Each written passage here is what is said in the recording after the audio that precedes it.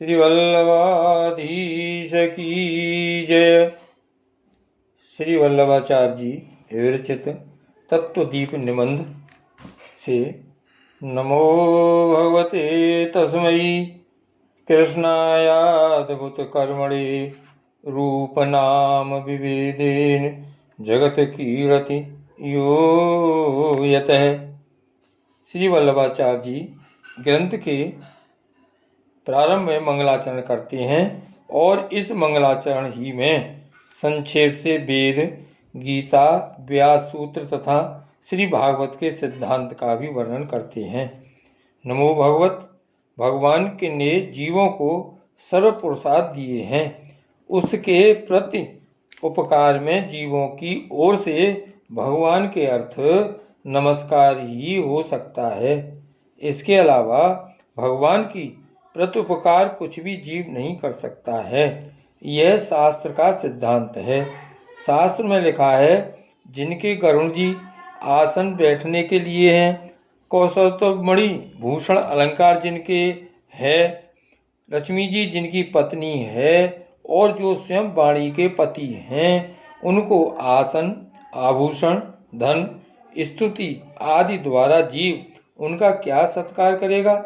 इस तरह के बहुत से वाक्य हैं।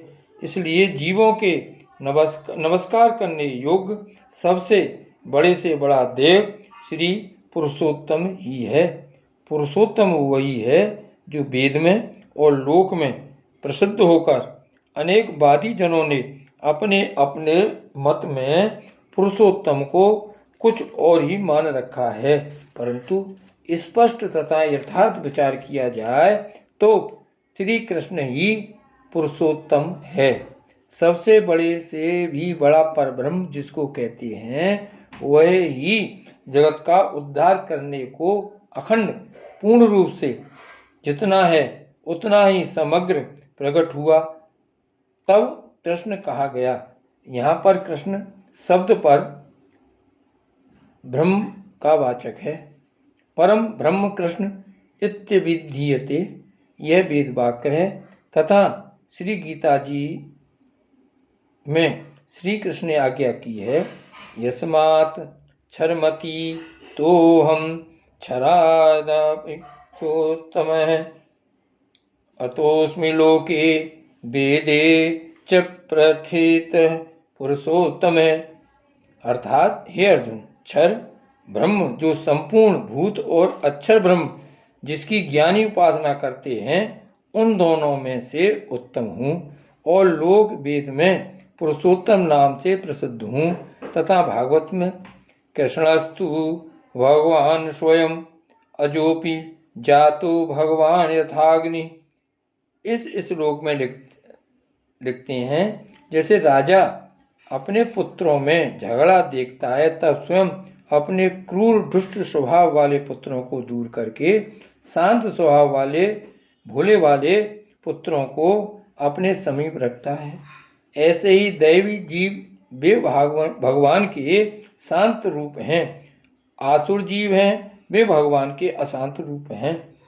जब अशांत असुर जीव शांत स्वभाव वाले सीधे दैवी जीवों को अत्यंत दुख देने लगे, तभी पुरुषोत्तम अत्यंत करुणायुक्त होकर स्वयं पूर्ण अखंड रूप से ही उतने देश की माया दूर करके प्रकट होते हैं, जैसे लकड़ी को घिसने से बिना अग्नि लाए लकड़ी से ही अग्नि पैदा हो जाती है।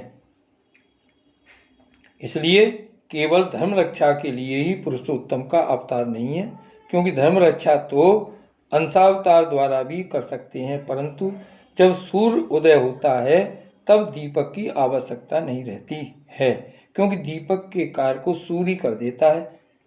इसी प्रकार से जब कृष्ण परब्रह्म प्रकट हुए तब अंशावतार के भी कार्य आप द्वारा ही हो गए।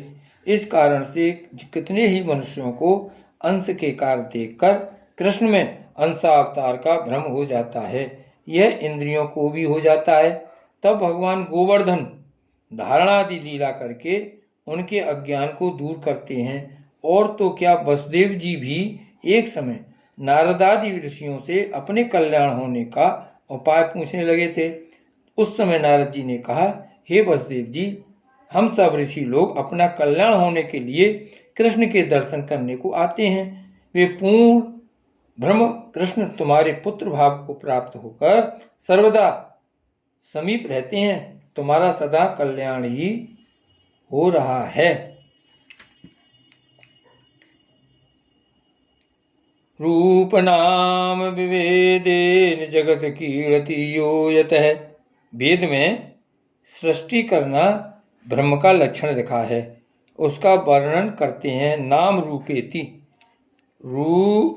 रूप नाम के भेद करके जो कीड़ा करते हैं, रूप नाम के भेद करके जो जगत बन जाता है, रूप नाम के भेद करके जिससे जगत प्रकट होता है, अर्थात जगत जितने पदार्थ हैं उन सभी का रूप बनाकर और उनके नाम भी बनाकर रूप और नाम के भेद से श्री कृष्ण कीड़ा कर रहे हैं।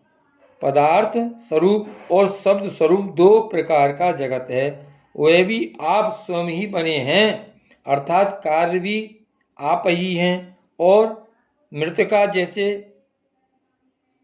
घड़ा बनता है, मृतिका से घड़ा बनता है, ऐसे नाम अर्थ रूप करके आपसे जगत बना है। जगत के उपादान कारण भी आप ही हैं।